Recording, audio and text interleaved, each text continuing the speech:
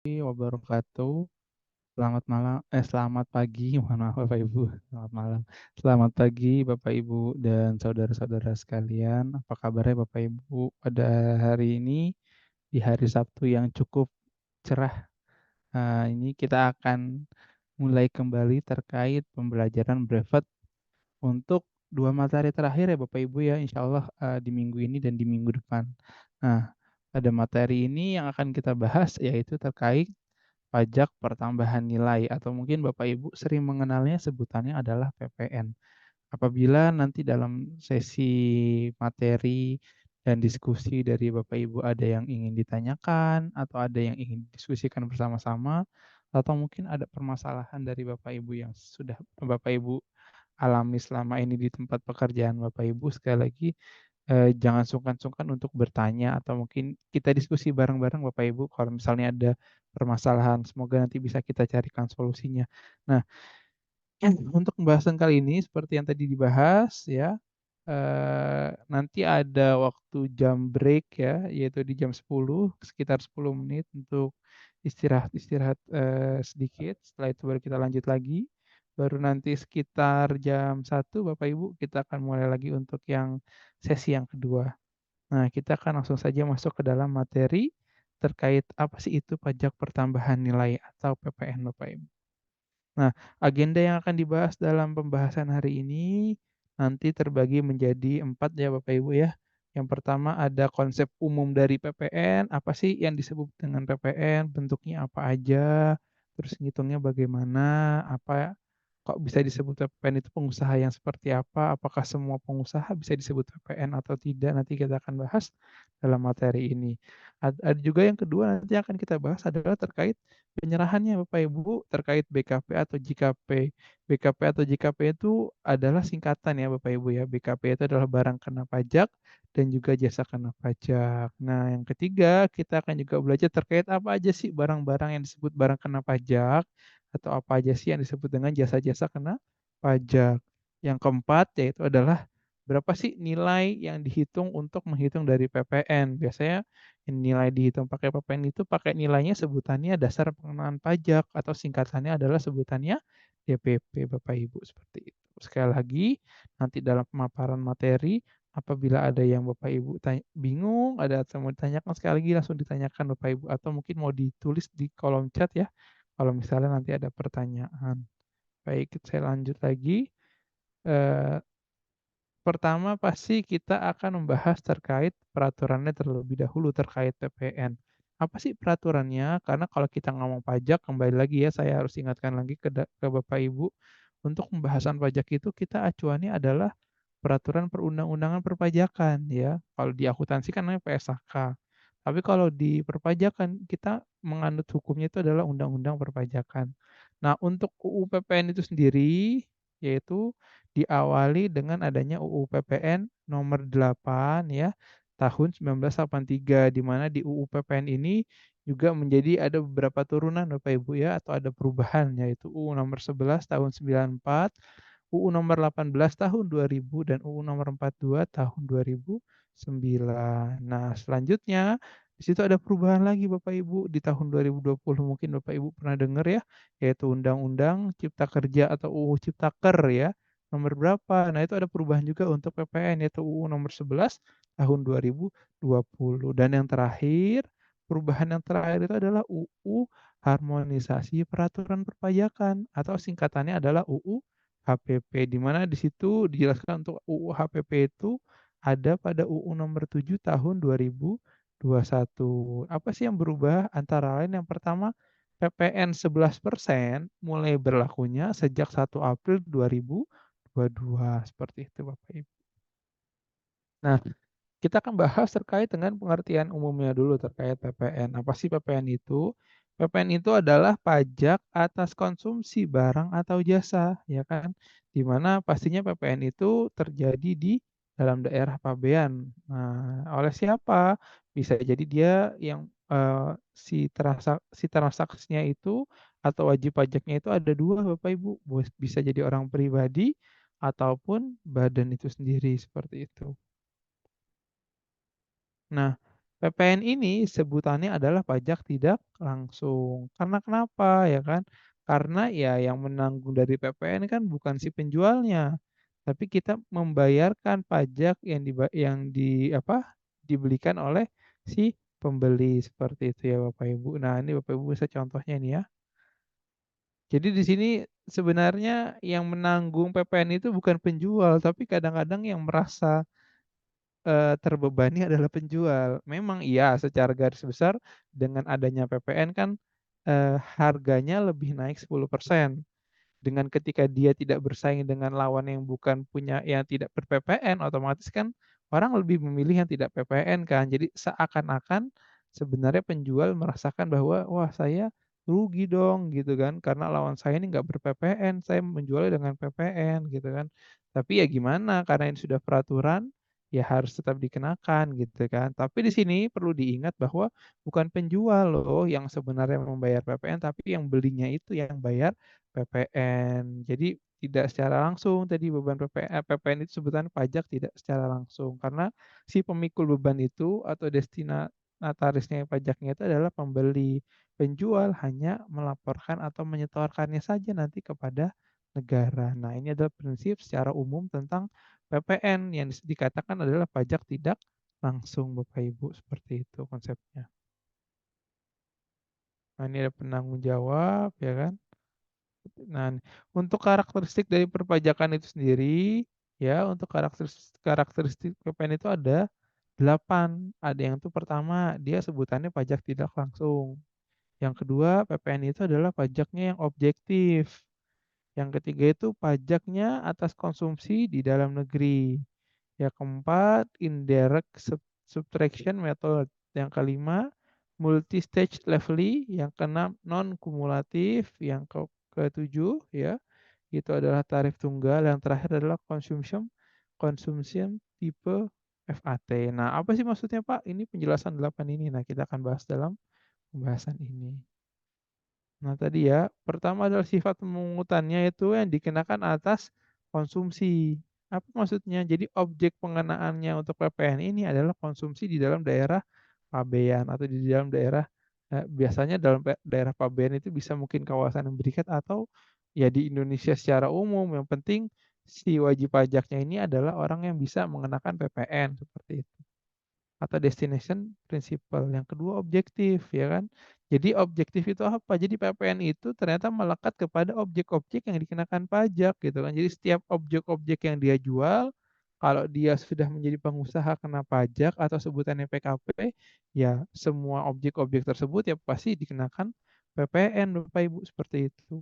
Yang ketiga tidak langsung. Maksudnya apa? Secara real dapat dialihkan sehingga terdapat pihak penanggung jawab pajak dan penanggung pajak, serta pemikul beban pajak. Jadi sebenarnya yang menanggung itu kan yang customer-nya, kita hanya yang menyalurkan aja kepada negara atau menyetorkan saja kepada negara Bapak Ibu. Nah, itu sebutan dengan pajak tidak langsung. Nah, ada juga multi-stage atau yang dikenakan setiap rantai produksi dan distribusi. Nah, ini biasanya kalau misalnya kita sebagai PKP ya kan, terus pembelinya juga PKP, nanti itu akan, pajaknya akan dikenakan ya beruntut lah. Beruntut itu kayak nggak tarif berganda ya, kayak ngitung kita tarif berganda, tapi tetap dikenakan, pajak 11%. Tapi ini kalau misalnya untuk transaksinya yang orang ber-PKP ya, jadi dia tetap ngeluarin PPN, terus belinya pakai PPN, jualnya lagi pakai PPN gitu kan. Jadi itu namanya disebut dengan multi-stage atau di setiap rantai produksi atau distribusi bisa kena PPN. Kalau untuk perusahaan atau pengusaha yang PKP, itu pengusaha kena pajak. Lanjutnya metode kredit ya. Dengan ada PPN ini, PPN keluaran, PPN masukan, maka akan didukung dengan faktur pajak. Jadi di sini ngitung PPN itu nggak ngitung PPN keluarannya aja Bapak Ibu. Jadi kalau misalnya Bapak Ibu di sini ada juga beli, ke pembelinya itu adalah PKP, biasanya dapat faktur pajak masukan. Nah, faktur pajak ngitung PPN itu adalah PPN keluaran dikurangi PPN masukan. Nah, itulah yang Bapak Ibu bayarkan, seperti itu. Bukan hanya dari PPN keluarannya saja. Selanjutnya netral ya. Apa itu netral? Yaitu PPN ini dikenakan atas konsumsi barang atau jasa. Jadi setiap, ada apa, kita atau orang yang menggunakan bertransaksi dengan orang ber-PKP, meskipun dia membelinya hanya untuk digunakan semata-mata konsumsi, tidak untuk diperdagangkan, maka dia juga tetap dikenakan PPN Bapak Ibu, seperti itu. Yang selanjutnya, menghindari pajak berganda. Nah, pajak ini pajak atas konsumsi tidak akan dikenakan 2 kali. Maksudnya gimana? Jadi Bapak Ibu, kalau Bapak Ibu punya restoran, ya, itu biasanya nggak ada PPN, tapi sebutannya itu biasanya pajak daerah itu. Ya, PB1 sebutannya. Jadi bukan PPN yang dikenakan. Jadi kalau Bapak Ibu punya restoran atau hotel itu biasanya tidak kena PPN karena dia masuk ranahnya ranah apa? Ranah daerah bukan ranahnya pusat Bapak Ibu seperti itu. Nah, lanjut lagi di sini ada multi stage levelly namun non kumulatif ya. Maksudnya gimana ya? Maksudnya seperti ini Bapak Ibu. Misalnya dari pabrik dia kan menjual harga jualnya ini adalah 1 juta ke pedagang besar ya kan. Terus ya kan si pedagang besar beli dong ke si pabrik yang BKP ini barang BKP-nya 1 juta. Terus dia ngasih nilai tambah 300 ya kan. Otomatis ketika dia jual ke pedagang eceran maka 1.300.000 menjadi 1.300.000. Nah, pedagang eceran nanti beli dia juga BKP ternyata. Belinya 1.300.000 dia mau masukin nilai tambah lagi 200. Dia jual ke konsumen akhir 1.500.000. Nah, multi stage leveling namun non kumulatif itu gimana? Contoh ini kan kalau misalnya pajak harga jualnya 1 juta, PPN 11% kan 110 ya kan? Berarti di sini pajak keluarannya adalah yang dikenakan atau PPN keluarannya adalah 110.000 ya kan? Berarti PPN yang disetorkan ke kas negara jumlahnya adalah 110.000 ini oleh si pabrik yang pertama. Yang kedua, untuk pedagang besar ini ya kan tadi ya dia, belinya kan dapat faktur pajak masukan ya, sebesar berapa Pak? Gitu kan 110. Nah, ketika dia jual 11%-nya dari apa, 130 ini, nah ini di sini kan kena nih 143 ya. Nah, 143 inilah nanti dikurangi sama 110 ya kan, menjadi berapa? Menjadi di sini PPN-nya 33.000. Kok 33.000 Pak, nggak 143? Karena kan ngitung PPN itu kan keluaran dikurangi dengan masukan kan Bapak Ibu. Jadi 143 dikurangi 110, otomatis PPN yang dibayarkan adalah sebesar 33.000 ke kas negara, bukan 143.000, seperti itu ya. Sekali lagi kalau dia lawannya dia belinya ada PPN masukan, ketika jualnya pakai pajak keluaran otomatis ngitungnya 143 dikurangi dengan 110. Otomatis PPN yang dibayarkan hanya sebesar 33.000 bukan 143.000. Selanjutnya adalah pedagang eceran ya kan. Dia belinya kan 1.300.000 berarti pajak masukannya 143. Nah, ketika dia menjualnya ini adalah apa? 1.500.000 otomatis 11%-nya kan 160.000 ya kan untuk PPN keluarannya.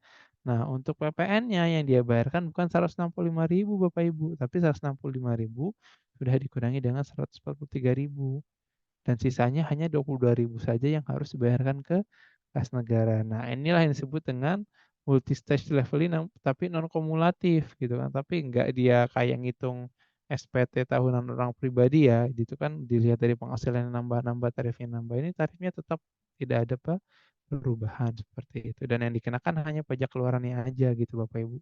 Sekali lagi, kalau Bapak Ibu lawan transaksinya adalah PKP, jangan lupa diminta untuk faktur pajak masukan karena itu bisa Bapak Ibu kreditkan dalam pengurangan perhitungan dari PPN. Jadi konsumen pun juga akan menerima dari beban pajak PPN tersebut Bapak Ibu, tidak hanya pedagang besar ataupun pedagang eceran saja, seperti itu. Sebentar, sebelum saya lanjut Bapak Ibu di sini ada yang mau ditanyakan terlebih dahulu?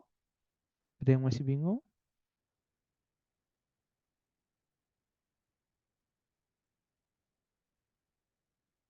Baik, kalau masih belum ada, ini belum ada pertanyaan juga ya, kita lanjut lagi. Nah, apa sih dari ciri-ciri PPN? Ya, ciri-ciri PPN itu antara lain yang pertama pengenaan PPN ini biasanya dilaksanakan dalam sistem faktur ya kan. Jadi setiap terjadinya penyerahan BKP atau JKP, maka si PKP ini atau pengusaha kena pajak ini wajib membuatkan faktur pajak, ya kan?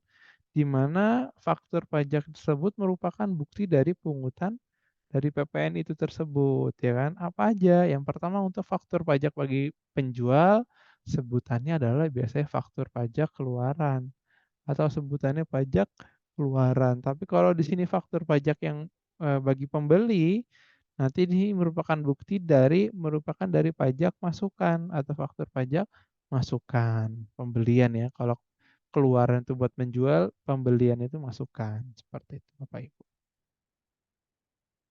Nah, berikut ini adalah mekanisme pengenaan PPN ya, ada macam-macam, ada subtraction metode, indirect subtraction metode, dan addition metode. Nah, contohnya ada harga jual, dia 2.000.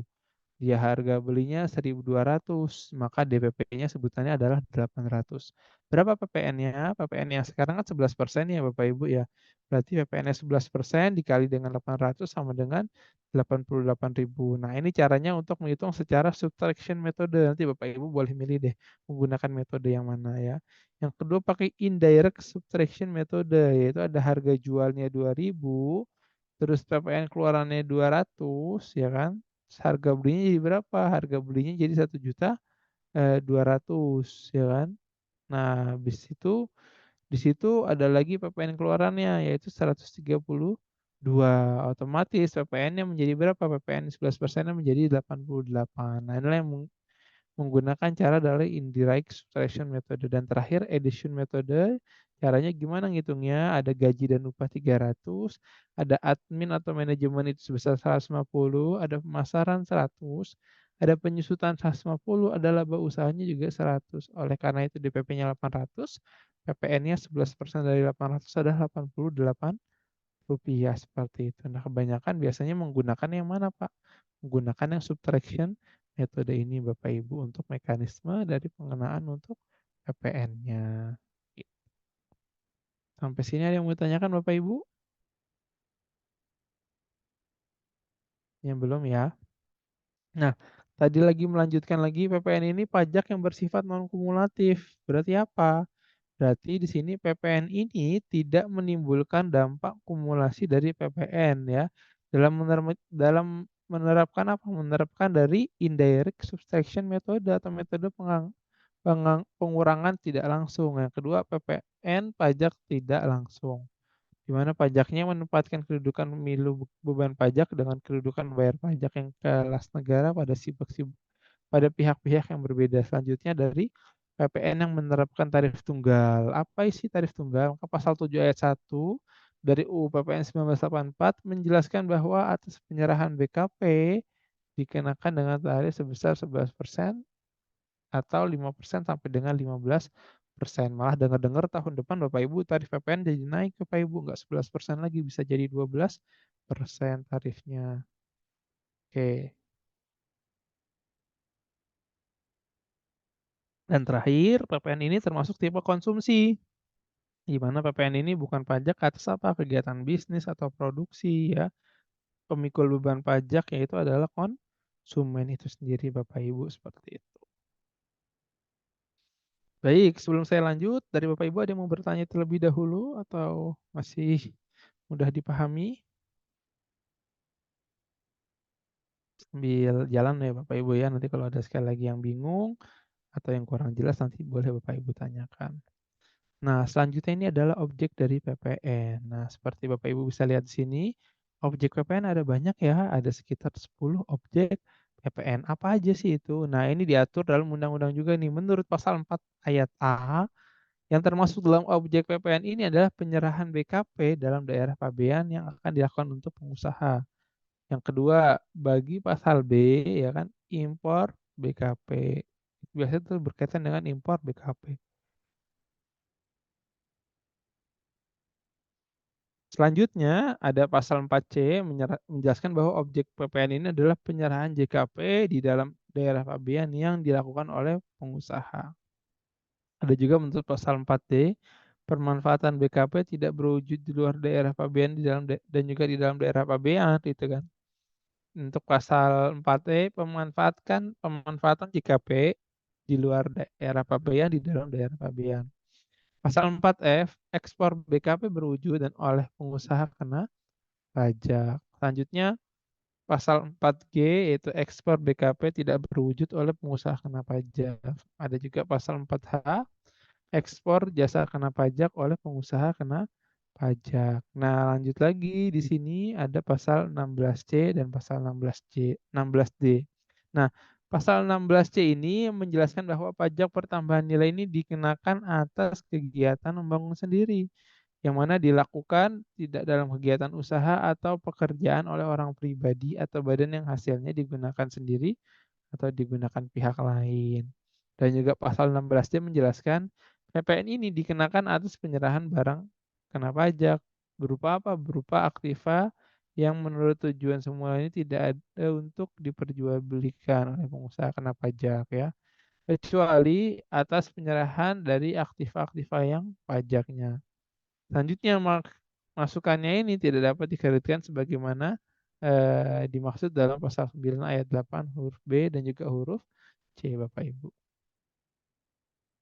Nah, di sini ada contoh ya, yaitu contoh 4.A. Tadi ya contohnya adalah PT Mahatma, yaitu sebuah perusahaan garmen yang berkedudukan di Denpasar. Dia menjual sejumlah kain kepada PT Bahagia, yaitu perusahaan pedagang yang berkedudukan di Surabaya juga. Nah, untuk contoh 4B, itu ada PT Sejahtera, yaitu sebuah perusahaan bergerak di bidang perdagangan elektronik yang berkedudukan di Jakarta melalui impor CD 45 inch dari Korea, dan Ibu Atun yang datang dari Singapura membawa sebuah handcam dari Bandara Soekarno-Hatta.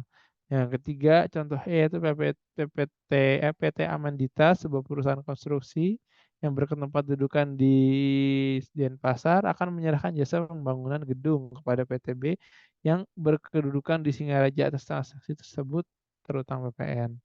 Yang keempat, contoh 4A yaitu pengusaha yang berkedudukan di Denpasar memperoleh hak menggunakan merek ya kan dinilai ada di dalam daerah pabean terutang PPN. Nah, contoh ya, PT Bali Nirwana Resort di Tabanan ini adalah memanfaatkan jasa kena pajak berupa jasa manajemen hotel dari Le Méridien Co ya kan yang dilakukan ya kan eh,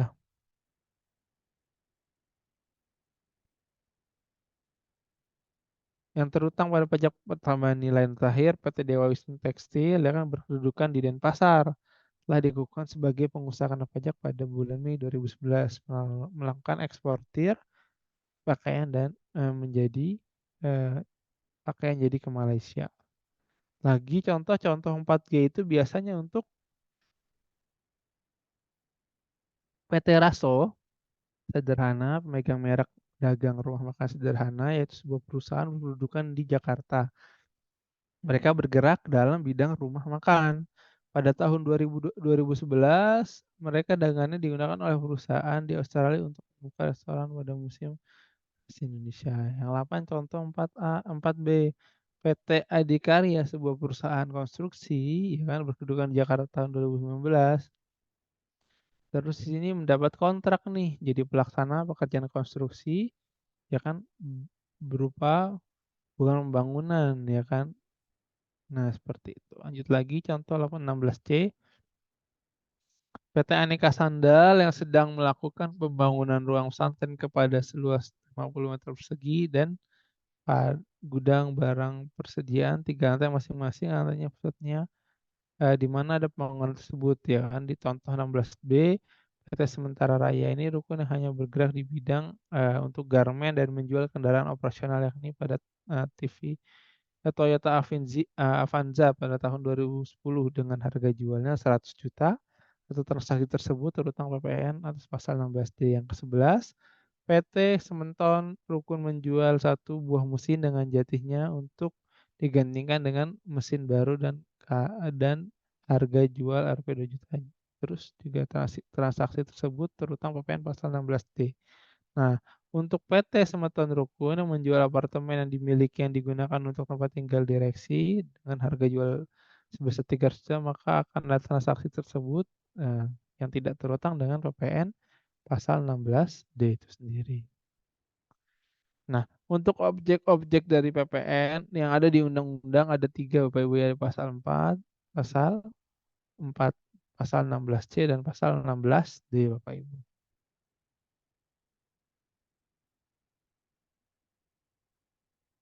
Nah, terkait objek pemungutannya, kalau dia penyerahan,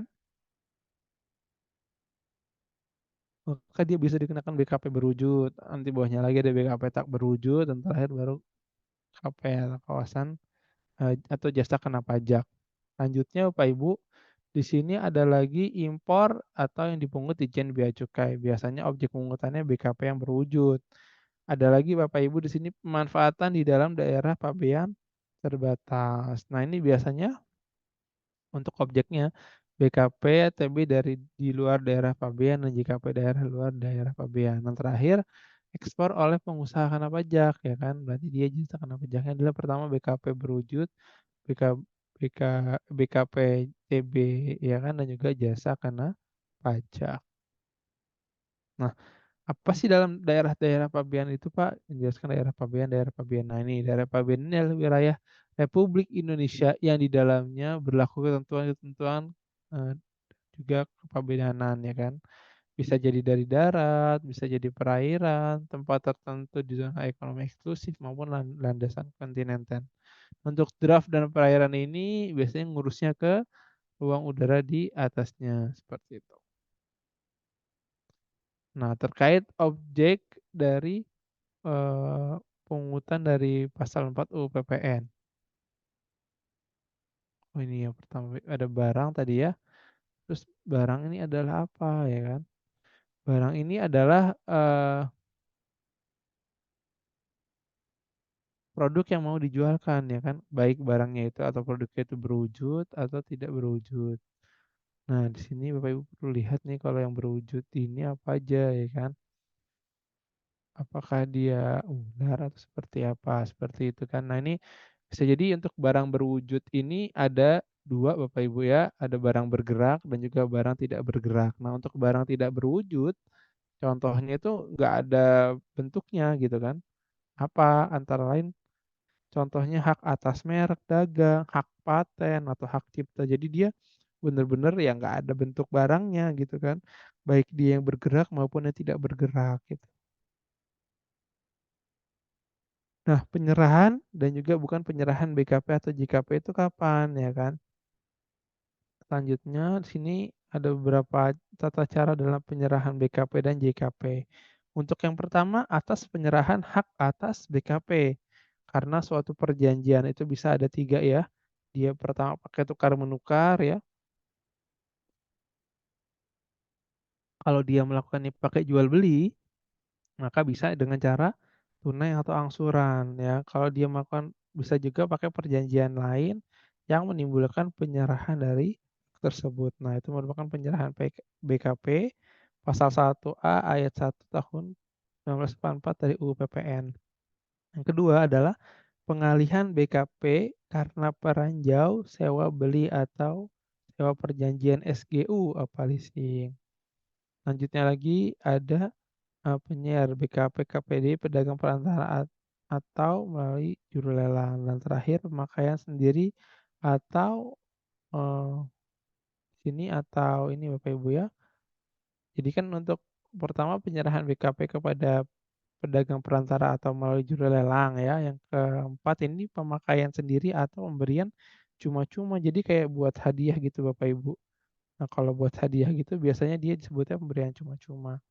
Yang E, BKP ini berupa persediaan dan atau aktiva yang memiliki menurutnya semulanya tidak untuk diperjualbelikan, tapi tiba-tiba dia masih ada sisa stok dan juga langsung ada yang membeli tersebut seperti itu.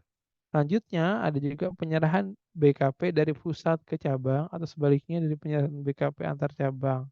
Dan selanjutnya ada lagi penyerahan BKP secara konsinyasi. Terakhir penyerahan BKP oleh PKP di DLM rangka perjanjian untuk pembiayaan yang dilakukan dan berdasarkan prinsip syariah, maka di situ penyertaannya dianggap langsung dari PKP kepada pihak yang membutuhkan PKP tersebut. Nah, apa sih yang disebut dengan penyerahan barang kena pajak, ya kan? Penyerahan barang kena pajak ini adalah setiap kegiatan pemberian barang kena pajak. Nah, untuk penyerahan barang yang terutang pajak ini harus memenuhi syarat-syarat sebagai berikut. Pertama, bayangan yang diserahkan untuk merupakan barang kena pajak. Kedua, penyerahan dilakukan di dalam daerah pabean. Yang ketiga, itu adalah penyerahan dilakukan dalam kegiatan usaha atau pekerjaan. Terakhir, dilakukannya oleh pengusaha atau pengusaha kena pajak.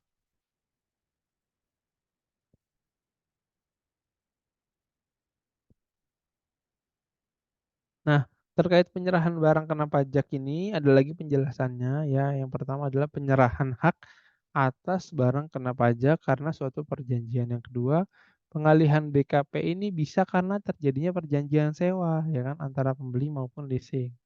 Bisa juga pengalihan BKP-nya ini karena pedagang, perantara atau melalui juru lelang. Terakhir adalah pemakaian sendiri atau sebutannya adalah pemberian cuma-cuma. Nah, di sini di contoh soal yaitu PTA merupakan penghasil topi dalam ritual rangka ulang tahun memberikan kepada seluruh karyawannya dan keluarganya itu topi hasil produksi perusahaan sebesar 10.000 unit. Harga jualnya 100.000 dan harga pokok yang diproduksinya itu adalah sebesar 100.000. Selanjutnya untuk PTC ini perusahaan yang menghasilkan susu formula. Dalam rangka kegiatan CSR, perusahaan tersebut memberikan kepada rumah yatim susu formula sebanyak 5.000 pack dan harga jual belinya per packnya 60.000 ya. Harga pokoknya berarti adalah sebesar 500.000.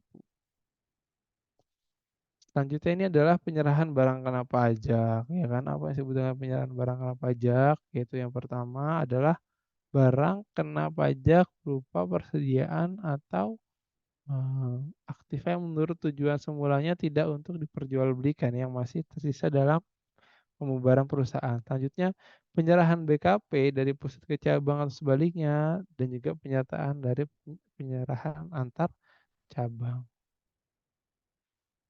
Nah, inilah contohnya untuk PTA PKP berhasil, menggabungkannya. Yang pertama ini ada yang 01, 123, 4456, 6, 517, 001. Nah, itu masuk ke dalam yang ini ya, Bapak Ibu PTA, terus Komisi Tinggi juga. Ada juga PTA PKLP cabang Bogor ya. Nah, ini juga bisa ikut berpartisipasi sekali lagi ya. Terakhir ini ada yaitu PTA di mana PKP-nya itu adalah malah di Surabaya seperti itu. Begitu untuk PKP yang ada di Surabaya. Nah, terkait dengan penyerahan perjanjian ini, biasanya penyerahan barang kena pajak oleh pengusaha kena pajak dalam rangka perjanjian pembiayaan yang dilakukan, yaitu berdasarkan prinsip syariah, yang penyerahannya akan di sini akan ditangkap langsung dari penyerahannya yang dianggap langsung dari pengusaha kena pajak kepada pihak membutuhkan barang kena pajak. Nah, selanjutnya lagi sini apa saja sih yang tidak termasuk dalam pengertian dari penyerahan BKP atau barang kena pajak.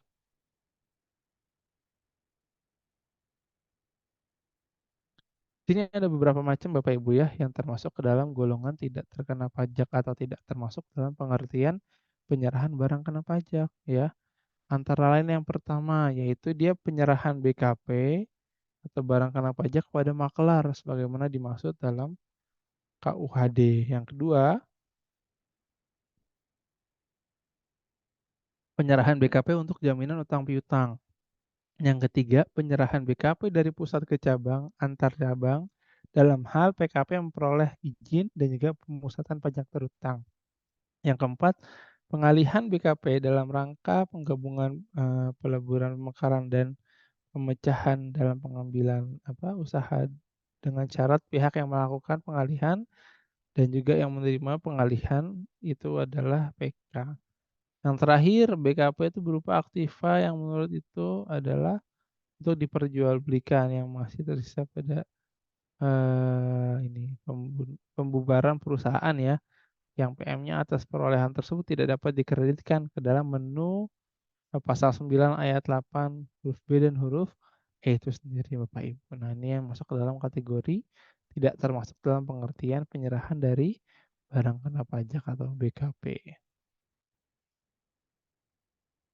Nah, apalagi nih yang bukan penyerahan kena pajak. Selanjutnya ada penyerahan barang kena pajak kepada makelar sebagaimana dimaksud dalam Kitab Undang-Undang Hukum Dagang. Yang selanjutnya kedua, penyerahan barang kena pajak untuk dasar binatang.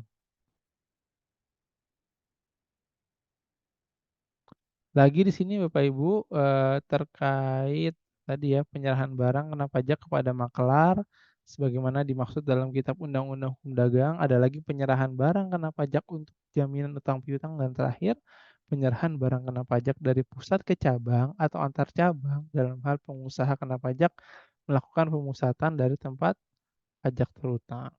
Nah, untuk yang bukan penyerahan dari barang kena pajak, maka di sini dijelaskan bahwa pengalihan barang kena pajak dalam rangka penggabungan peleburan pemekaran pemecahan serta pengambilan usaha serta pula pengalihan bank karena pajak untuk tujuan store modal ya kan, pengganti saham dengan syarat pihak yang melakukan pengalihan ini dalam yang menerima pengalihan adalah pengurus kena pajak.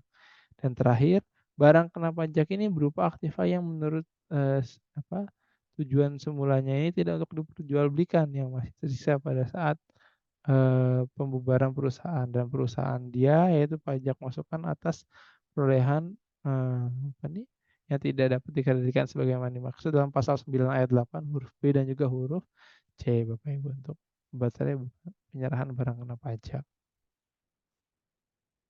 Nah, untuk jasa kena pajak itu sendiri juga sudah diatur Bapak Ibu, yaitu dalam pasal 1 angka 5 dan 6 UU PPN tahun 94. Apa itu penjelasannya? Kalau jasa ini adalah setiap kegiatan pelayanan yang berdasarkan ya kan atau menyebabkan suatu barang, fasilitas, kemudahan atau hak tersedia dalam eh, menghasilkan ya kan barang karena pesanan ataupun permintaan dengan bahan atau petunjuk dari segmen.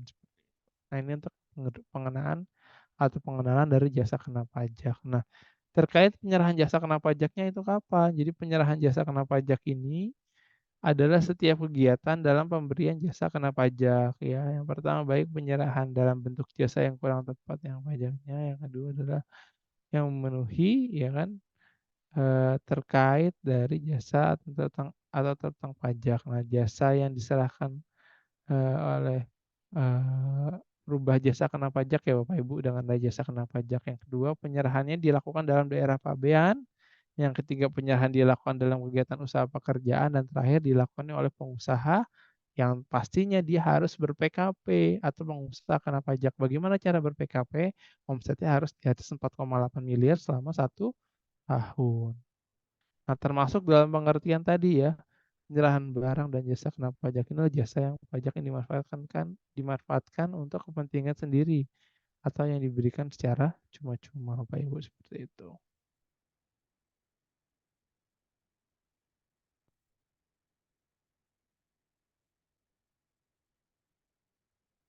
Nah, apa sih yang disebut dengan negatif list PPN? Jadi pada dasarnya itu Bapak Ibu ya, semua barang dan jasa ini merupakan BKP ataupun JKP, barang kena pajak dan juga jasa kena pajak, kecuali misalnya sudah ditentukan lain menurut UU dan aturan-aturannya. Nah, yang selanjutnya, jadi mulai tanggal 1 April 2022, yang termasuk dalam non-objek non-barang kena pajak itu apa? Yang pertama adalah makanan dan minuman yang disajikan di hotel, restoran, rumah makan, warung, dan sejenisnya yang disajikan dengan hotel, rumah makan, ya kan, maka di situ dia akan diserahkan kepada pajak daerah dan juga retribusi daerah seperti itu.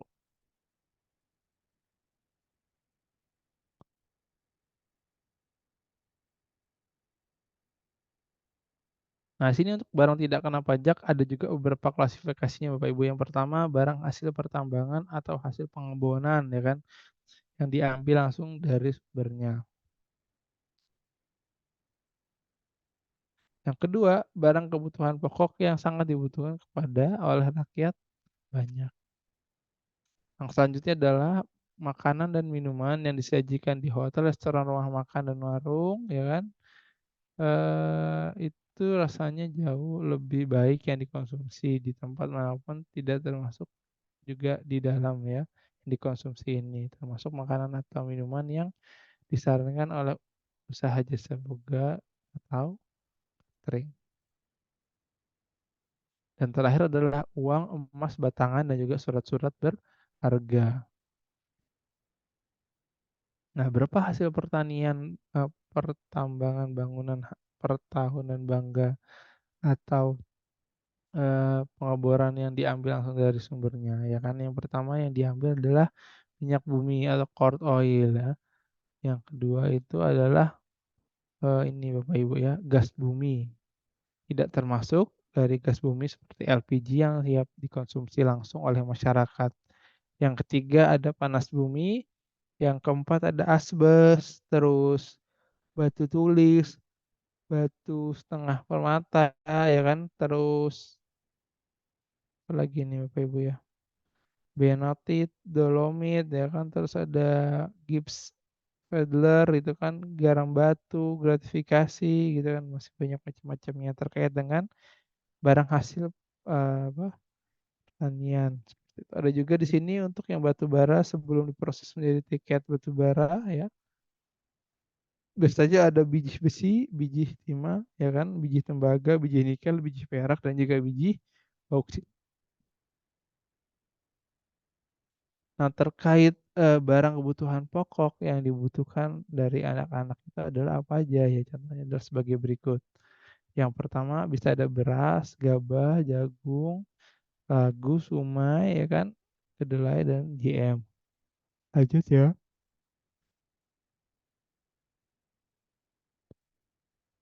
Tadi ya, ada lagi tadi yang daging ya, terus daging segar tanpa diolah atau apa nih, tanpa diolah tapi telah melalui proses disembelih, dikuliti ya kan, dipotong gitu kan, didinginkan, dibekukan, dikemas atau tidak yang digarami, dikapuri dan disamakan. Nah, diawetkan dengan cara yang lain dan atau direbus. Selanjutnya terkait telur ya kan, telur yang keluar ini dia yang tidak diidolakan termasuk telur yang telah dibersihkan atau diasinkan atau dikemas, di mana susu yaitu susu peran baik ya kan, susu perah baik yang telah melalui proses didinginkan maupun dipanaskan. Nah, tidak mengandung tambahan atau gula atau bahan lainnya.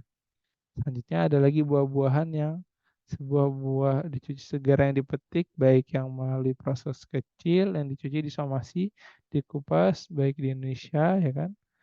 Terus baik buah-buahan yang buah-buahnya sangat segar dan juga telah melalui proses dicuci, sortir ya kan, atau dikupas, dipotong, diiris gading-gadingnya. Selanjutnya adalah sayur-sayuran yang sayuran tersebut sangat dipetik dan dicuci serta diberikan kepada ayam dan juga apa, disimpan pada suhu rendah termasuk suhu sayuran segar ya. Kalau sayuran pun juga harus disimpan dengan baik Bapak Ibu. Nah, ada lagi nih yang termasuk non jasa kena pajak. Jadi mulai 1 April 2022 ada aturan terkait non jasa kena pajak. Apa? Pertama, jasa kesenian dan juga hiburan. Nah, ini apa? Meliputi semua jenis jasa yang dilakukan oleh para pekerja seni atau jenis hiburan. Selanjutnya adalah jasa perolehan meliputi jasa penawaran kamar atau jasa penawaran ruangan hotel yang merupakan objek pajak daerah, retribusi daerah, kan? Terus sesuai dengan yang merupakan objek pajak daerah dan retribusi daerah, ya. Terus juga sesuai dengan ketentuan peraturan perundang-undangan di bidang pajak dengan daerah jasa perolehan dan yang meliputi jasa penyewaan kamar dan atau jasa penyewaan ruangan di hotel yang merupakan objek PDRD itu sendiri Bapak Ibu. Nah, untuk non jasa kena pajak tadi ya, ada jasa yang disediakan oleh pemerintah dalam rangka menjalankan ya kan pemerintahan secara umum, meliputi apa? Bisa jadi meliputi semua jenis yang bergabung ya kan, bisa jadi eh, jenis penyediaan tempat kerja gitu kan. Seperti itu Bapak Ibu.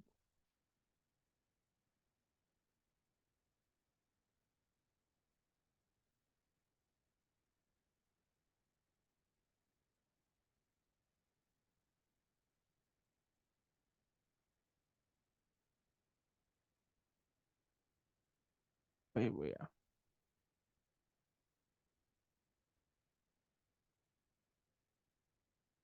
Nah, jasa yang tidak dikenakan PPN itu apa?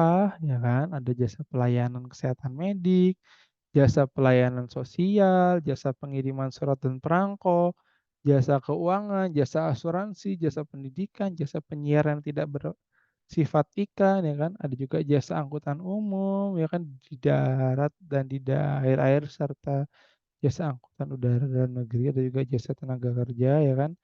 Jasa telepon tenaga umum dengan menggunakan uang logam dan jasa pengiriman uang dengan wesel pos itu sendiri, Bapak Ibu. Nah, kalau di aturan sebelumnya itu menjelaskan bahwa semua jenis jasa yang tersebut di atas merupakan non JKP.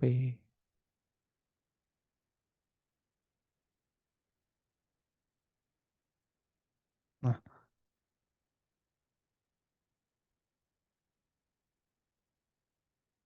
terkait jasa-jasa yang tidak dikenakan pajak apa? Contoh ada eh, pengir surat dengan perangko, keluarga, keuangan bank, asuransi bank, keagamaan, pendidikan, ekonomi, ya kan?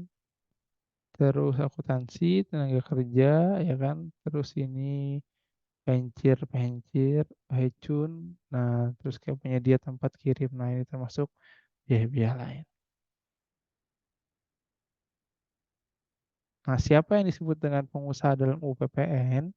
Disebutkan bahwa pengusaha yang bisa menjadi PPN ini adalah ya kan yang dia sudah melakukan penjualan di atas 4,8 miliar. Nah, ini ada penjelasan lagi ya.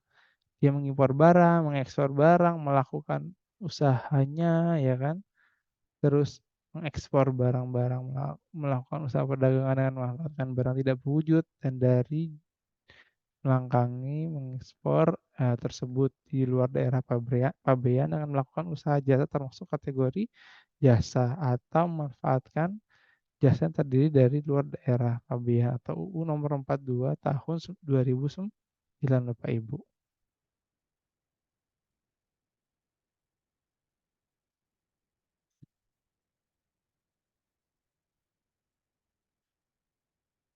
Nah, di sini ada dua ya, bisa jadi orang pribadi, bisa jadi badan. Kalau badan ini biasanya yaitu adalah sekumpulan orang atau modal yang merupakan kesatuan ya, baik yang melakukan usaha maupun yang tidak melakukan usaha. Meliputi apa? Yang pertama meliputi dari perseroan terbatas. Yang kedua, yaitu adalah perseroan komanditer. Yang ketiga, perseroan lainnya. Yang keempat, BUMN atau BUMD. Yang keenam adalah harga bagian. Yang ketujuh adalah perseroan komanditer. Yang ketujuh, perseroan lainnya. BUMN, BUMD ya kan. Terus di sini adalah firma atau konsi koperasi, dana pensiun, persatuan, perkumpulan, yayasan organisasi, dan juga pengumpul yayasan organisasi massa, organisasi sospol, dan jenis lainnya, dan lembaga buat dan bentuk badan lainnya.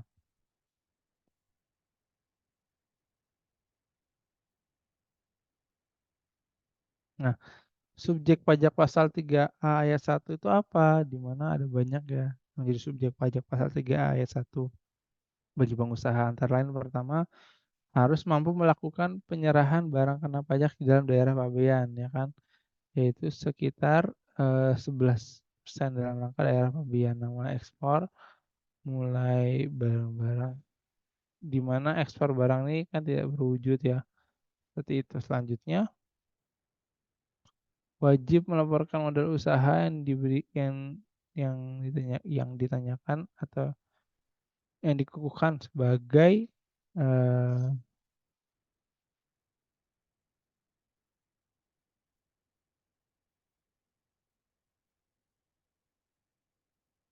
gimana nih Bapak Ibu melakukan ekspor barang yang kena pajak berwujud dan ekspor jasa kena pajak maupun ekspor barang kena pajak tak tidak berwujud. Wajib apa? Melaporkan usahanya untuk dikukuhkan terlebih dahulu gitu. Kalau udah mau nyampe 4,8, Bapak Ibu harus laporin dulu bahwa udah mau nyampe 4,8 perlu dikukuhkan sebagai pimpinan, sebagai anggota. Nah, ini jangan lupa ya, kecuali apa pengusaha kecil yang batasannya sudah ditetapkan oleh Kemenq. Nah, di sini juga dijelaskan bahwa pengusahanya itu adalah 1 sampai angka 14. Nah, itu bisa jadi orang pribadi atau badan. Untuk apa gitu kan.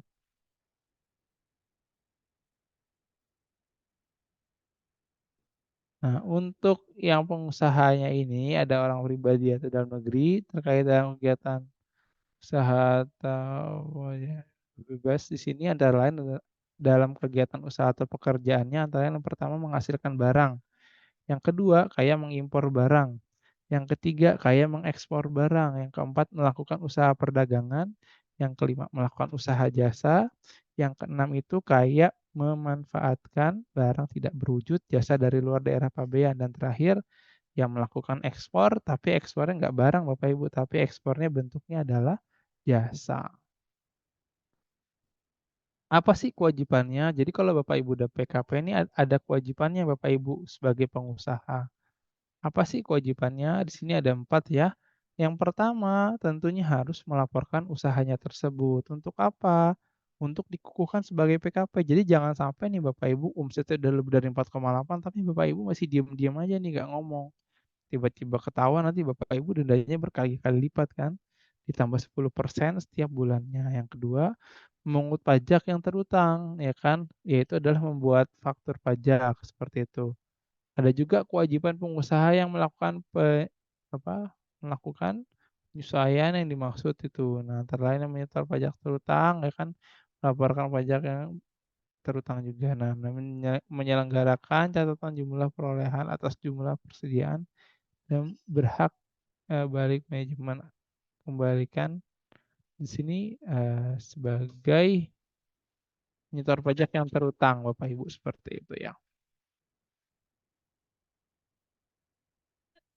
Yang untuk melaporkan pajak yang terutang ini juga Bapak Ibu harus mengisi dulu jangan lupa ya dan juga menyampaikan SPT masa PPN diatur dalam pasal 3 UU KUP. Sekali lagi Bapak Ibu ketika mau lapor pajak ini sekarang pakai dua cara ya. Pertama pakai e-faktur nanti Bapak Ibu. Setelah itu masuk ke dalam web e-fakturnya Bapak Ibu untuk melaporkan dari SPT PPN. Nah, apa sih yang disebut dengan pengusaha kena pajak atau sebutannya PKP menurut pasal 1 dan angka 15? Nah, yang sebut PKP itu antara lain pengusaha ya kan. Baik dia yang melakukan penyerahan itu BKP ataupun JKP. Nah, yang dikenakan pajak ini berdasarkan UU PPN. Nah, tidak termasuk pengusaha kecil ya kan, terus pengusaha yang memiliki untuk dikukuhkan sebagai dalam PKP itu sendiri. Nah, apa sih itu penjelasan pengusaha kena pajak ya? Pengusaha kena pajak ini adalah pengusaha yang melakukan penyerahan dari BKP atau barang kena pajak yang wajib melaporkan usahanya untuk dikukuhkan sebagai pengusaha kena pajak dan wajib memungut dan menyetor dan juga melaporkan dari pajak pertambahan nilai dan pajak penjualan atas barang mewah yang terutang. Ada juga di sini yang bisa masuk jadi PKP itu pengusaha kecil. Tapi dia sudah milih untuk dikukuhkan aja deh sebagai PKP biar nggak ribet-ribet dari untuk kedepannya saya masih pengusaha di bawah 4,8 mau jadi PKP. Nah itu boleh-boleh aja Bapak Ibu sah-sah aja. Nah ini untuk pasal kedua terkait pengukuhan pengusaha kena pajak ya. Untuk pengusaha ini terutama yang bisa jadi PKP itu adalah melakukan penyerahan BKP, penyerahan barang kena pajak. Yang kedua, penyerahan jasa kena pajak. Yang ketiga, dia melakukan ekspor barang kena pajak yang berwujud. Yang keempat, melakukan ekspor barang kena pajak tidak berwujud. Dan juga ekspor jasa kena pajak. Selanjutnya juga ada yang bermaksud melakukan penyerahan ekspor. Yang sudah melakukan, dilihat lagi omsetnya dalam setahun itu di bawah 4,8 atau di atas 4,8 ya kan. Kalau di atas 4,8 maka dia tidak wajib ber-PKP. Tapi kalau di bawah 4,8 dia masih bisa untuk tidak ber-PKP. Nah, di sini yang bermaksud melakukan penyerahan penyetoran dapat memilih ya kan, dia PKP atau enggak. Nah, si PKP-nya nanti ini wajib memungut atau menyetor dan juga melaporkan PPL terutangnya kepada pemerintah. Nah, bagaimana nih kewajiban pendaftaran terkait laporan usaha untuk PKP?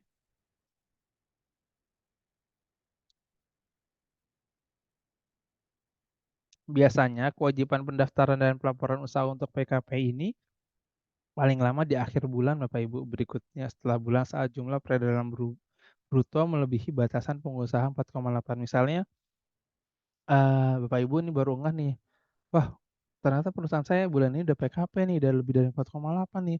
Nah, itu batas akhirnya yang masih boleh buat itu bulan depan gitu aja atau bulan Juninya Bapak Ibu, seperti itu. Nah, sanksi terkait pendaftaran PKP. Nah, contoh ini yaitu pertama PT Bowo TikTok melakukan usaha perdagangan kosmetik. Nah, dia omsetnya melebihi 4,8 miliar pada 20 Mei. Nah, di sini apabila hingga akhir Juni 2021 PT Bowo TikTok tidak melaporkan usaha tersebut untuk dikukuhkan menjadi PKP, maka DJP dapat mengukuhkan, PT Prabowo yaitu, TikTok ya kan, menjadi PKP secara jabatan. Jadi kita nggak ngajuin tiba-tiba udah jadi jabatan aja nih dari KPP itu bisa juga Bapak Ibu. Misalnya gimana Pak, misalnya si DJP ini mengukuhkan secara jabatan PT Bowo TikTok ya kan, bahwa menjadi PKP pada tanggal 1 September, maka DJP dapat menerbitkan surat ketetapan pajak atau surat tagihan pajak yang dimulai dari penjualan tetap pada tanggal 25 tersebut. Nah, sanksinya apa nih kalau melakukan SKPKB ini? Maka hitungannya tarif bunganya ini kalau PPN adalah suku bunga acuan ditambah 15% dibagi 12. Ketemulah tarif bunga untuk per bulannya.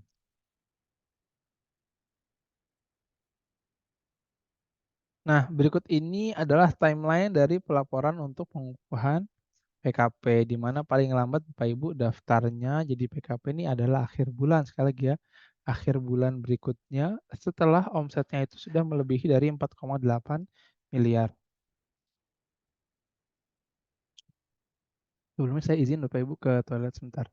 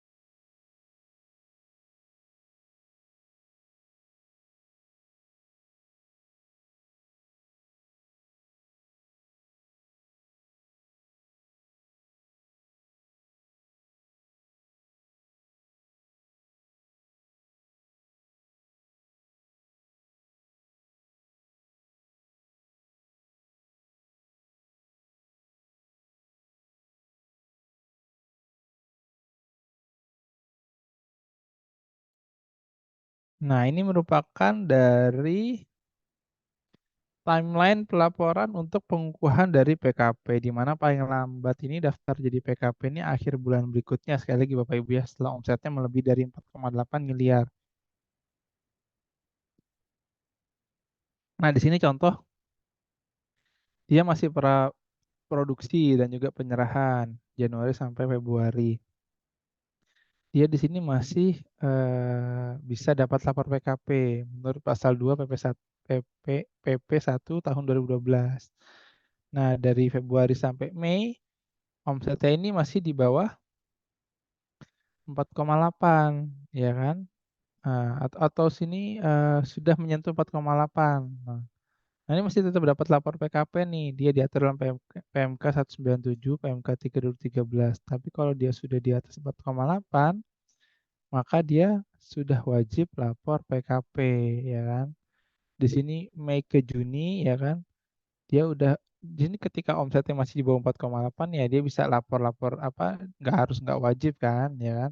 Tapi kalau misalnya sudah dari lebih dari 4,8 dia udah wajib lapor PKP sampai terakhirnya di akhir Juni. Tapi kalau di Juli masih belum lapor, maka jatuhnya nanti dia terlambat. Kalau dari Mei sampai Juni ini dia masih bisa ya kan karena PMK 97 garis miring PMK 3 tahun 2013. Nah, kalau dia di Juli ke selanjutnya dia terlambat tidak tidak termasuk atau sudah terlambat lapor dari PKP dan bisa dapat dikenakan sanksi. Nah, pengusaha yang tidak terlambat lapor untuk dikukuhkan sebagai PKP dapat dikenai sanksi sejak omsetnya melebihi 4,8.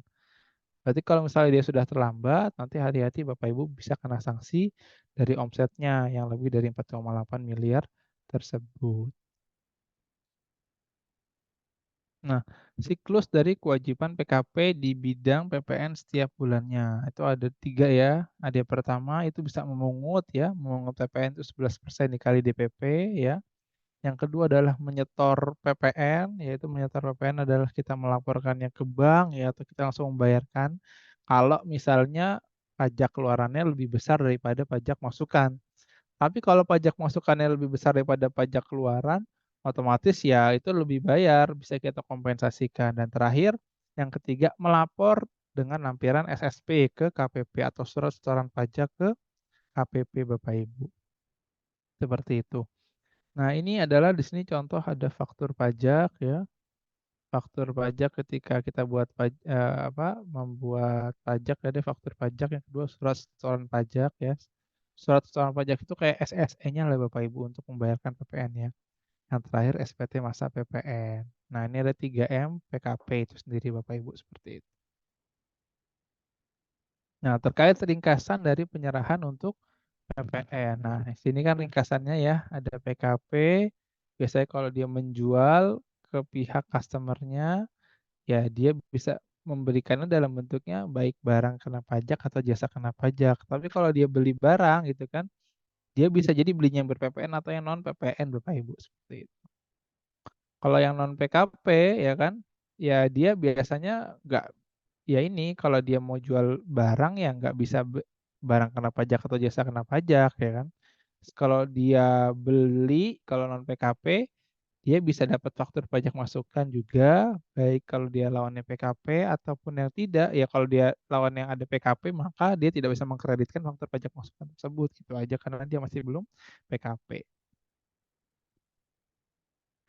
Nah, terkait ringkasan dari penyerahan PPN ini, di sini jelaskan bahwa untuk PKP ini eh, hanya dibolehkan kalau misalnya ke pihak menjualnya yang dia PKP ya, dia harus menerbitkannya bentuk barang atau jasanya kena pajak BKP atau JKP.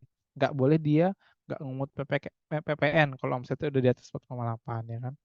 Kalau dia statusnya masih non PKP, maka boleh dia jual barang ke siapapun nggak pakai PPN. Tapi ketika dia beli ini untuk PKP atau non PKP, untungnya kalau PKP ketika dia beli makan faktur masukan nih. Nah, faktur masukan dia bisa kreditkan. Tapi kalau bagi non PKP nggak enaknya ya faktur masukannya ya dia nggak bisa mengkreditkan karena dia masih statusnya belum PKP Bapak Ibu seperti itu. Nah, sini ada penjelasan juga nih kadang-kadang siapa sih yang disebut dengan apa, sebutan pengusaha kecil ya kan, apa sih pengusaha kecil itu sendiri. Jadi di sini Bapak Ibu ya,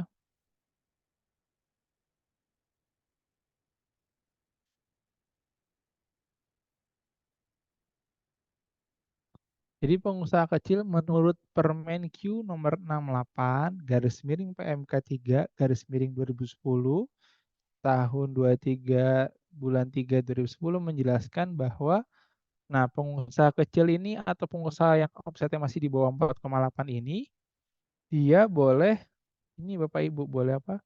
Memilih nih, memilih untuk dikukuhkan menjadi pengusaha kena pajak. Misalnya gini, dia omsetnya masih di bawah 4,8 ya Bapak Ibu ya.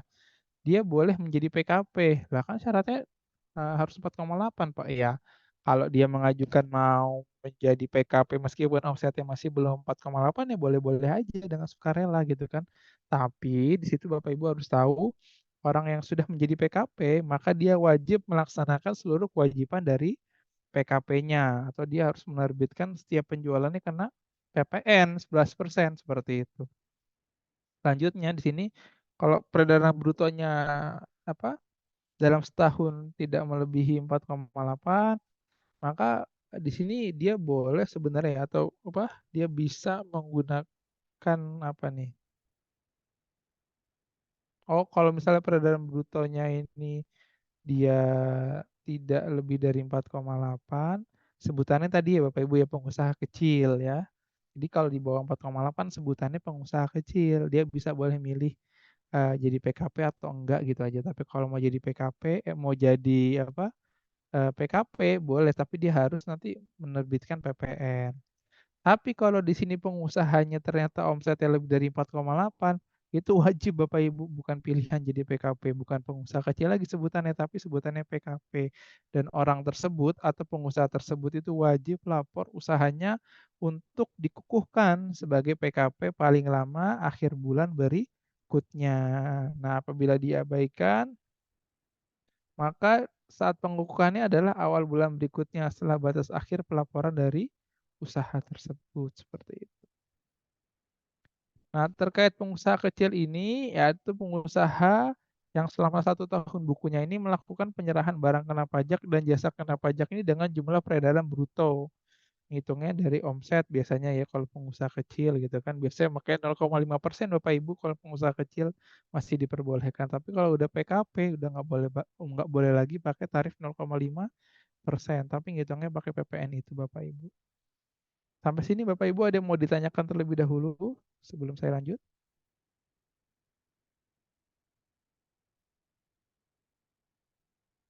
Nah, sepertinya masih belum ada ya. Selanjutnya untuk pengusaha kecil ini biasanya pengusaha kecil ini tidak wajib melaporkan usahanya untuk dikukuhkan sebagai PKP. Sekali lagi Bapak Ibu, kalau Bapak Ibu masih UMKM kecil gitu kan, omsetnya masih di bawah 4,8, nah itu nggak wajib sekali lagi untuk dikukuhkan sebagai PKP.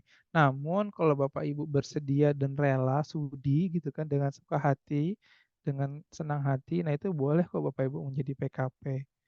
Nah, batasannya apa sih? Pengusaha kecil itu ya di bawah 4,8 miliar atau dalam PMK 197 garis miring PMK 3 garis miring 2013. Nah, di sini ada juga sebutan tarif tunggal ya, di mana tarif PPN ini saat ini adalah dikenakan tarifnya pajaknya yaitu sebesar 11%. Untuk apa aja? Yang pertama untuk impor baik barang kena pajak ya kan atau jasa kena pajak penyerahan dalam negeri ya. Terus di sini membangun sendiri ya kan. Misalnya kegiatan KMS, kegiatan bangun sendiri itu juga dikenakan pajak Bapak Ibu. Dan yang selanjutnya terakhir penyerahan aktiva pasal 16D juga dikenakan pajak 11%. Nah, kalau Bapak Ibu di sini perusahaannya melakukan ekspor, baik barang kena pajak terus apa barang kena pajak yang tidak berwujud dan jasa kena pajak, maka tarifnya 0%.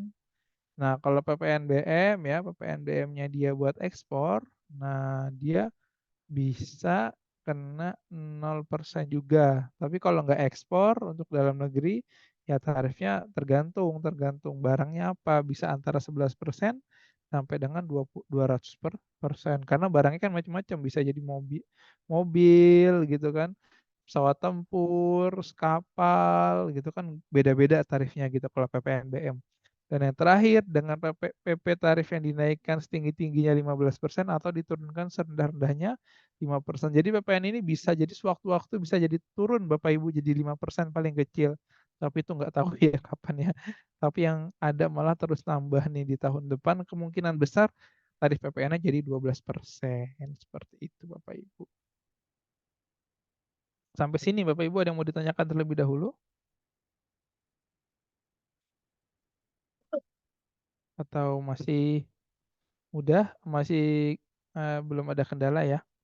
Nah, ini saya jelaskan lagi untuk tarif PPN. Nah, itu undang-undangnya pakai UU HPP ya yang sekarang berlaku. Mulai kapan Pak berlakunya? Mulai 1 April 2022. Tarifnya berapa sekarang? Tarifnya 11%. Mulai berlakunya 1 April 2022. Nah, kalau misalnya nanti jadi insya Allah nih paling lambat di tahun 2025 tahun depan ya, dia tarifnya jadi 12%. Nah, perubahan tarif PPN ini biasanya diatur dengan PP. Setelah disampaikan oleh pemerintah kepada Dewan Perwakilan Rakyat atau DPR, ya kan, DPR, maka akan dibahas dalam penyusunan rancangan anggaran pendapatan dan belanja negara atau RAPBN. Nah, biasanya diatur dalam undang-undang apa? Perubahan ayat 3 dan penambahan ayat 4. Jadi peraturan sebelumnya ini tarif PPN ini hanya dikenakan 10% ya kan. Perubahan tarif ini diatur dengan namanya sebutannya PP atau peraturan pemerintah tanpa melalui pembahasan dan kesepakatan dengan DPR. Seperti itu Bapak Ibu.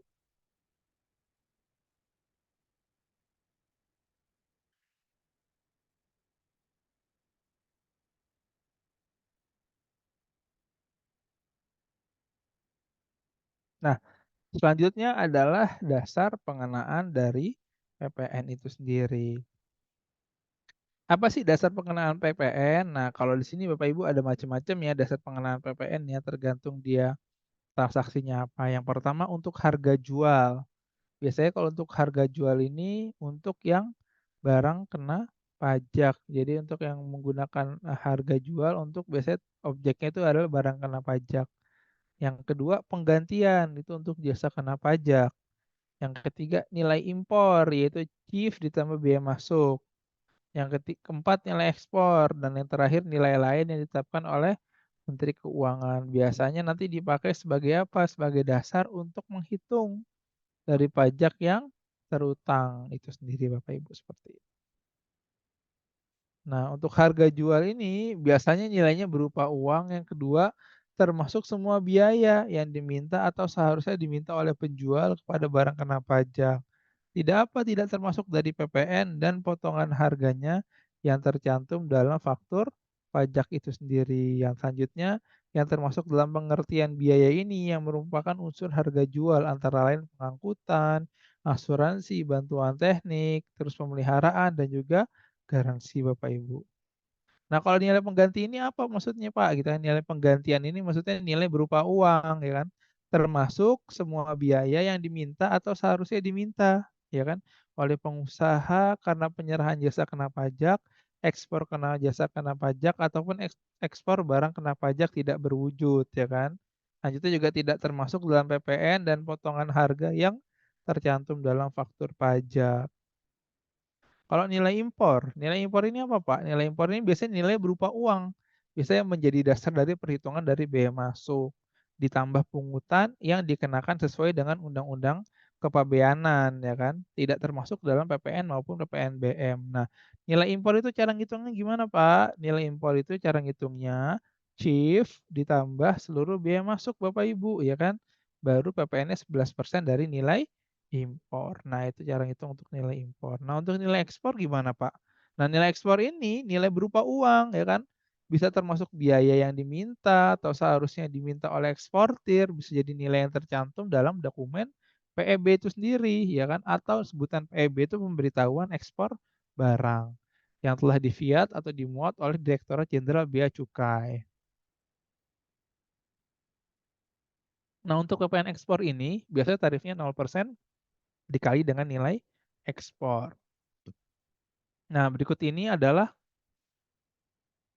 PPN atas penyerahan JKP tertentu. Nah, ini kan Bapak Ibu bisa tanya nih, JKP tertentu nih, apa sih Pak JKP tertentu atau jasa kena pajak tertentu? Nah, ini ada macam-macam ya Bapak Ibu JKP tertentu. Pertama, jasa pengiriman paket pos ya. Itu dia sebelumnya itu nilai DPP-nya pakai nilai lain 10%, untuk PM-nya dia tidak dapat dikreditkan. Tapi semenjak ada PMK 71, maka PPN-nya besaran tertentunya itu adalah 1,11% dari penggantian dan PM-nya juga tetap tidak dapat dikreditkan. Yang kedua, jasa Biro Perjalanan Wisata atau jasa agen perjalanan wisata.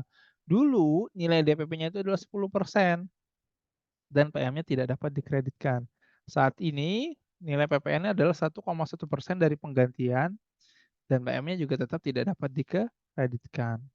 Yang ketiga, jasa penggunaan transportasi atau freight forwarding. Dulu tuh nilainya adalah 10% dari nilai lain dengan PM-nya tidak dapat dikreditkan, sekarang menjadi 1,1% Bapak Ibu dari penggantian. Nah, tidak dapat dikreditkan. Nah, ada lagi kayak jasa pemasaran dengan media voucher, jasa penyelenggara layanan transaksi, pembayaran terkait dengan distribusi voucher, ya kan? Jasa penyelenggaraan program loyalitas dan penghargaan dan pelanggan atau consumer loyalty reward program, dan juga jasa perjalanan ke tempat lain dalam perjalanan ibadah keagamaan dan tagihan yang dirinci. Dan terakhir jasa perjalanan ke tempat lain dalam perjalanan ibadah keagamaan dan tagihan yang tidak dirinci. Nah, untuk jasa pemasaran media voucher tadi ya, dulunya nilai lain 10%, untuk PM-nya tidak dapat dikreditkan. Nah, untuk yang terbarunya dia PMK-nya 1,1% dari harga jual yang voucher itu sendiri dan tidak dapat dikreditkan. Selanjutnya juga ada Bapak Ibu jasa perjalanan ke tempat lain dalam perjalanan ibadah. Tadinya nilai DPP-nya adalah sebesar 10% ya, dan PM-nya juga tidak dapat dikreditkan. Tapi yang sekarang menurut PMK 71 ini tarifnya jadi 1,1% ya kan dari penggantian dan tetap ya PM-nya tidak dapat dikreditkan. Untuk yang terakhir, jasa perjalanan ke tempat lain dalam perjalanan ibadah keagamaan dengan tagihan yang tidak dapat dirinci. Nilainya dulu PPN-nya adalah 5% dari nilai lain ya kan, dan PM-nya tidak dapat dikreditkan, kalau sekarang menjadi 0,55% dari penggantian dan tidak dapat dikreditkan Bapak Ibu, seperti itu. Nah, ini adalah PPN-PPN tertentu untuk jasa nilai lain. Jasa nilai lain itu kodenya berapa Pak? 040 biasanya Bapak Ibu, seperti itu. Nah, terus Bapak Ibu bertanya saya, "Kapan nih terutangnya pajak PPN Pak?" Gitu kan. Nah, kita akan bahas bersama-sama Bapak Ibu, kapan terutangnya dari pajak PPN. Nah, saat terutangnya pajak itu diatur dalam pasal 11 Bapak Ibu, ayat 1, 2, dan 4. Terjadi pada saat kapan ya? Kalau yang pertama ini, yang satu ya, ada saat penyerahan BKP, barang kena pajak dan jasa kena pajak, dan juga impor barang kena pajak, serta dimulainya pemanfaatan barang kena pajak tidak berwujud, dan jasa kena pajak dari luar daerah pabean di dalam daerah pabean maupun ekspor barang kena pajak. Yang kalau untuk terjadi pada yang kedua, pada saat pembayaran biasanya apabila pembayaran diterima sebelum penyerahan barang kena jasa kena pajak atau saat pemanfaatan barang kena pajak tidak berwujud atau jasa kena pajak dari daerah luar pabean di dalam daerah pabean. Dan yang terakhir yang keempat itu biasanya saat terutangnya pajak itu saat-saat yang lain yang ditetapkan oleh si Dirjen Pajak itu sendiri Bapak Ibu, seperti itu. Terus kira-kira di mana nih kita kalau mau bayar pajak PPN terutang gitu kan. Nah, bayarnya itu Bapak Ibu untuk tempat terutangnya pajak itu ada 3. Ada yang bagi PKP, ada yang bagi impor, ada bagi yang pemanfaatan untuk barang kena pajak tidak berwujud dan JKP dari luar daerah pabean. Yaitu diatur dalam pasal apa? Pasal 12 ayat 1, pasal 12 ayat 3, dan pasal 12 ayat 4. Nah, untuk yang PKP diatur dalam pasal 12 ayat 1. Yang pertama menurut tempat tinggalnya, yang kedua bisa menurut tempat kedudukannya, bisa jadi tempat kegiatan dari usaha yang dilakukan dan tempat lain yang ditetapkan oleh Dirjen Pajak. Untuk impor itu menurutnya dalam aturan pasal 12 ayat 3. Bisa jadi antara karena tempat BKP yang dimasukkan dan juga dipungut melalui DJBC. Dan yang terakhir adalah Untuk pemanfaatan BKP tidak berwujud atau JKP dari luar daerah pabean. Biasanya tempat tinggal, atau mungkin tempat kedudukan, atau tempat kegiatan usaha dari orang pribadi, atau badan yang memanfaatkan BKP tidak berwujud JKP dari luar daerah pabean tersebut. Ya, atau dalam pasal 12 ayat 4 Bapak Ibu, seperti itu. Nah, inilah untuk yang tempat-tempat terutangnya dari pajak PPN. Nah, untuk pemusatan tempat terutang pajak PPN ini diatur dalam pasal 12 ayat 2. Apabila PKP terutang pajak pada lebih dari satu tempat kegiatan usaha, maka dapat mengajukan permohonan kepada Dirjen Pajak untuk memilih satu tempat atau lebih sebagai tempat terutangnya pajak untuk dipusatkan. Jadi PPN ini misalnya Bapak Ibu ya, punya cabang ini kan, di atas satu perusahaan, kan pajangnya kan tempatnya kan masing-masing. Otomatis harusnya sebenarnya PKP-nya ya atas masing-masing tempat, tapi kalau Bapak Ibu keberatan, nah itu bisa dipusatkan di satu tempat saja untuk dikenakan pajaknya atau untuk induknya saja juga diperbolehkan Bapak Ibu seperti itu. Nah, untuk yang kegiatan membangun sendiri, disebutnya namanya PPN KMS. KMS itu kegiatan membangun sendiri. Diatur dalam pajak berapa, Pak? Diatur dalam pajak pasal 16C, seperti itu Bapak Ibu, ya kan? Apa sih pasal 16C? Pasal 16C ini mengatur terkait kegiatan membangun sendiri, yaitu kegiatan membangun bangunan yang dilakukan tidak dalam kegiatan usaha atau pekerjaan oleh orang pribadi atau badan yang mana hasilnya ini digunakan sendiri atau digunakan oleh pihak lain. Nah, apa sih yang disebut dengan kegiatan bangun sendiri? Ya kan antara lain pertama nih, Bapak Ibu, bangunan tersebut yang dibangun sendiri untuk diperuntukkan bagi dia tempat tinggal atau mungkin tempat untuk